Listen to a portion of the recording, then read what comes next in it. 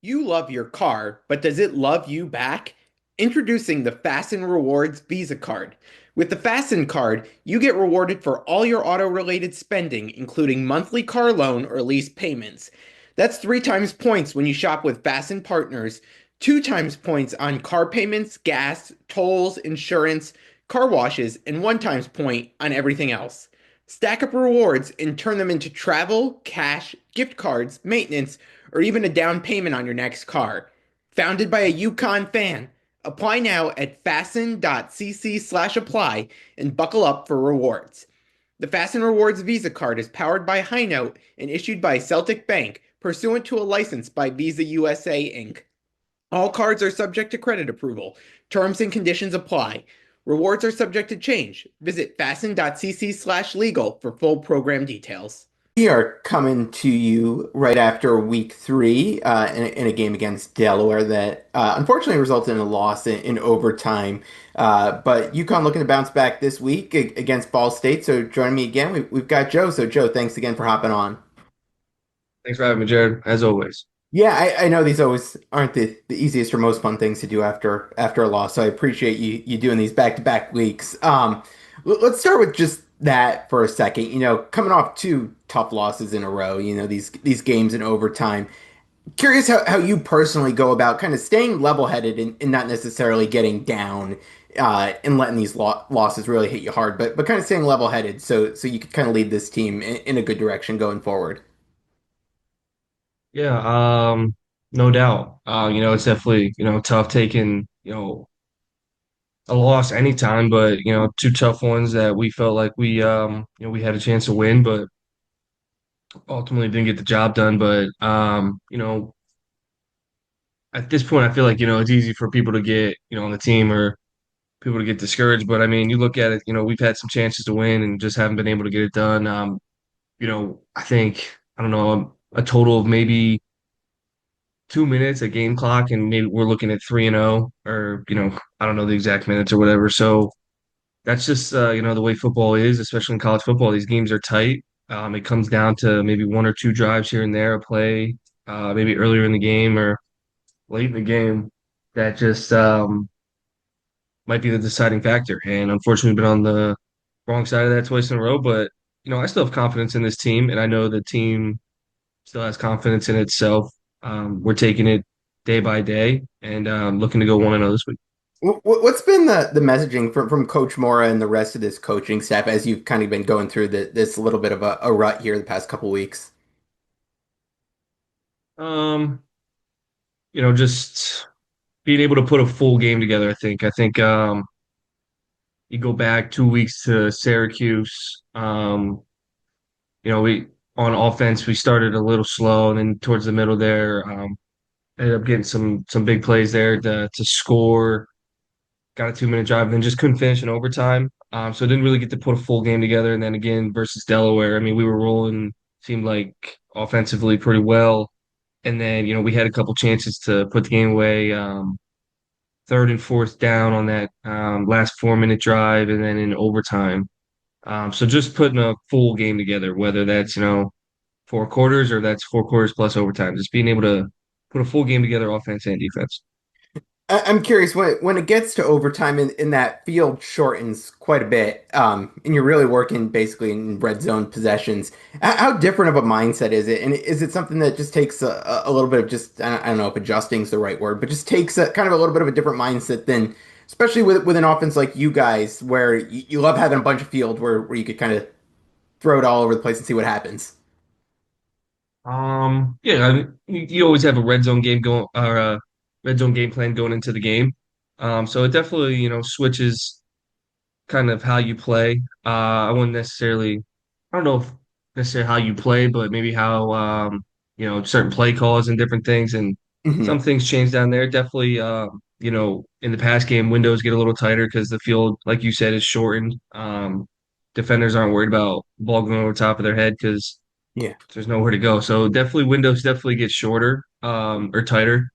But it's all about just execution. So when we get into those overtime situations, it's things that we've hit in camp a bunch that we've practiced these situations, and now it's just going out there and and getting them done. Yeah.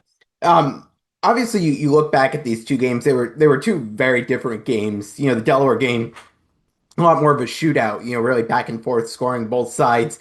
What's it like being on offense in particular in that shootout situation? Do you feel more pressure that you've got to, really try to put up a score and put up points each time you've got the ball, knowing that it's just kind of going back and forth like that? No, I wouldn't say, you feel any more pressure. I got full confidence in our defense that they're going to get a stop every time. And then when we don't, it is what it is. I'm going to go out and go score points regardless they get a stop or not. So nothing really changes mentality. I always got confidence in our defense. I've gone against them for a while now, so I know what they're capable of and the way that they can play. And I think they showed that, in a couple series. And then, you go back those last two games, they were playing very well versus Syracuse. So, they can play really well. So it doesn't really change our mentality on offense. Just way, if we're not getting points, I know the defense, their mentality is not changing either way, regardless. They're trying to get off the field just the same way. So, you're always playing that battle of just trying to get as many points as possible. Yeah. Um, as you look back, I know you mentioned too, just execution. As you look ahead to these next couple of games here, especially this week to Ball State, to make that jump and kind of flip some of these games, what do you think are some of the key things on offense that maybe aren't being executed to the level that you'd like them to be, that you think you guys through practice this week can work on it and get things in a little bit of a better place? There's two things that kind of come to mind with three. I think one is start fast. We had a three and out there to start the game, and then after that we were rolling. But we just got to be able to start, not three and out. You got to be able to move the ball a little bit to even give our chance, the punt team to pin them down on the goal line. You can't go three and out, so that's something that's jumps out. And then red zone.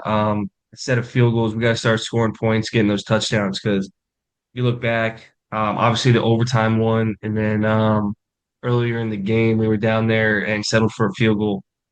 And people might not look back at that, but people on the team, you realize, hey, those 4 points are, could have been the difference. So I think just starting fast and then finishing in the red zone. We got to start turning field goals into touchdowns. Yeah.